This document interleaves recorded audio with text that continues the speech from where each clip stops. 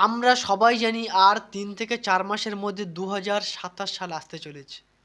কি আশ্চর্য, তাই না?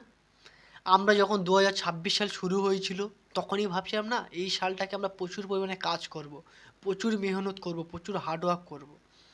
বাট দেখতে, দেখতে পুরো একটা বছরও কেটে গেল। আমরা কিছু করতেই পারলাম না। লাইফে কিচ্ছু করতে পারিনি আমরা। আর ঠিক ৩ থেকে ৪ মাসের মধ্যে আবার ২০২৭ সাল চলে আসবে।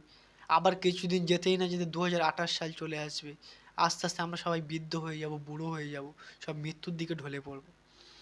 আমরা খুব তাড়াতাড়ি কত সহজে আমাদের সময়গুলোকে নষ্ট করে দিচ্ছি, তাই না? কখনো ভেবেছো ৫ মিনিট সময় নিয়ে যে একটা বছর কিভাবে কেটে গেল? কি করলাম এই একটা বছরে আমরা? কিচ্ছু করিনি। শুধু নতুন বছর আসে আমরা নতুন করে প্ল্যানিং করি। বাট সেগুলোকে কোনদিন কাজে লাগাই না।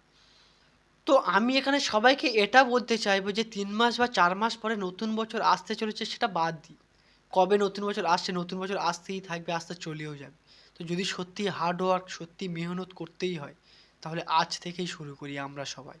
তো আমার ভিডিওটা কেমন লাগছে অবশ্যই কমেন্ট করে বলো। আর তোমাদের এই যে কমেন্টস এইগুলো আমার অনেক, অনেক মোটিভেট করে ভিডিও বানানোর জন্য আর নতুন, নতুন কিছু তোমাদের সামনে তুলে ধরার জন্য।